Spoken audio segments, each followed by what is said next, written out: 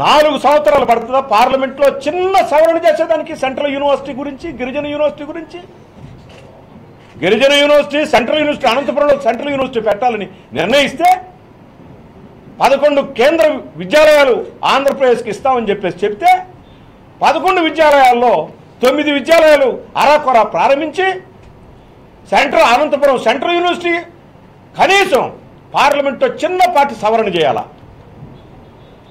అనంతపురంలో యూనివర్సిటీ ప్రారంభించాలంటే, గిరిజన యూనివర్సిటీ రావాలంటే చిన్న సవరణ చేయాలా? యూనివర్సిటీ చట్టానికి చిన్నపాటి సవరణ చేయాలా?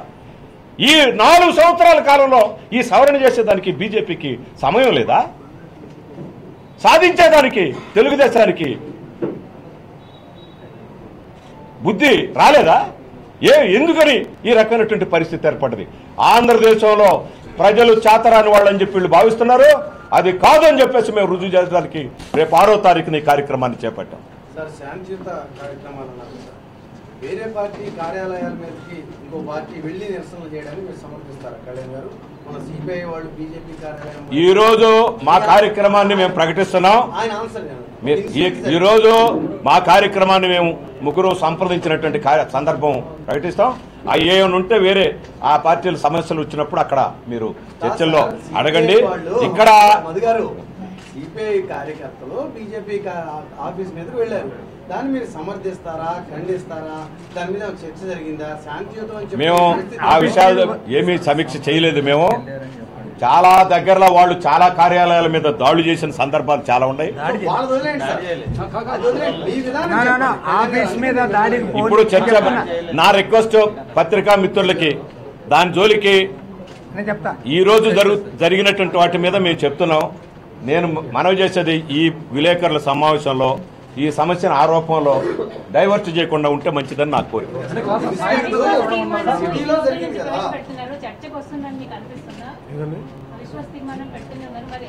చర్చకి రానివ్వకూడదని అందరూ డిసైడ్ చేసుకున్నాం. ఎలా చర్చ రానివ్వకూడదనే కదా ముందు నుంచి మద్దతు ఉంది కదండి. 50 మంది అంత మద్దతు ఉన్నప్పుడు లేనప్పుడు కదా మద్దతు కూడా కట్టగలం. ఆల్రెడీ మేము ఉన్నాం అన్నప్పుడు ఉన్న వీళ్ళే చర్చ జరిగినప్పుడు సమస్య అదే కదా.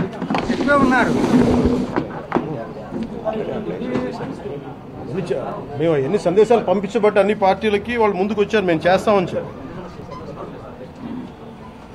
వైసీపీ మొదటి నుంచి కూడా హోదా స్లోగన్తోనే ఉంది. ఇతర పార్టీలు కొన్ని కారణాలతో మార్చేస్తున్నారు.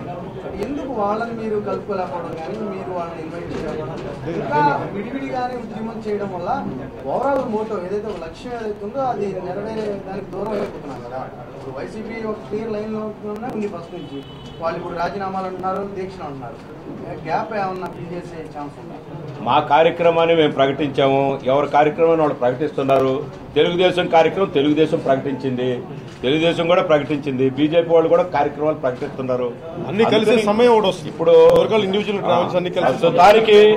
ప్రస్తుతానికి మన రాష్ట్రానికి తెలుగు ప్రజలకు జరిగినటువంటి అన్యాయానికి దేశంలో ఈ రకంగా ఒక కొత్త రాష్ట్రం ఏర్పడి పార్లమెంట్లో చట్టం చేసి చట్టాన్ని అమలు జరపకుండా 4 సంవత్సరాలు ధిక్కరించినటువంటి సందర్భం ఎక్కడా లేదు. దుర్మార్గమైంది ఇది. మొదటి నుంచి పోరాడుతున్నాం. ఈ పోరాటాన్ని రేపు 6వ తారీఖున మేము మరొక దశ కార్యక్రమం మేము తీసుకోవాలి. ఇప్పుడు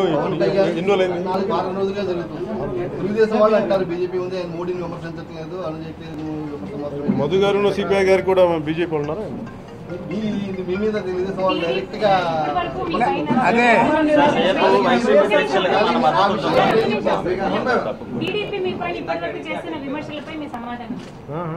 టీడీపీ ఇన్ని రోజులుగా మీరు ఆ రోజు మాట్లాడిన దగ్గర నుంచి ఇప్పటివరకు చాలా విమర్శలు చేశారు. ఇప్పటివరకు మీరు ఏం సమాధానం దాని గురించి ఎలాంటి సమాధానం? చాలా మాట్లాడారు కదా. మీరు మాట్లాడిన దాని వెంటనే స్క్రిప్ట్ వేరే వాళ్ళదని చెప్పారు.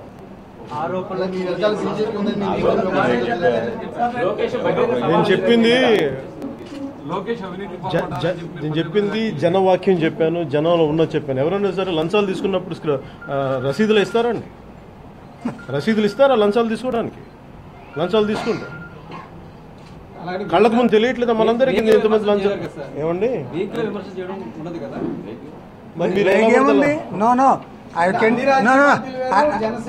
జనసేన కాదు ఏ పార్టీ అని ఒక విలువ ఉంటుంది, దానికి ఒక పద్ధతి ఉంటుంది కాబట్టి మిమ్మల్ని వాళ్ళు వేగ్గా మాట్లాడలేదు. ఖచ్చితంగా మీ అందరికీ తెలిసినే మాట్లాడాను, మీకే తెలుసు.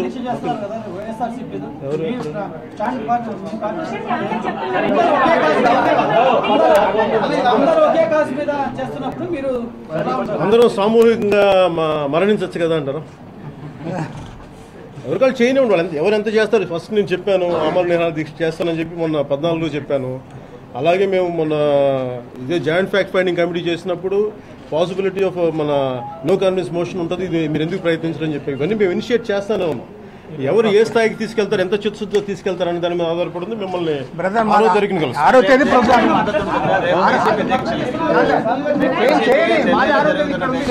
చేస్తున్నాం కదా, మా పని మేము చేస్తున్నాం.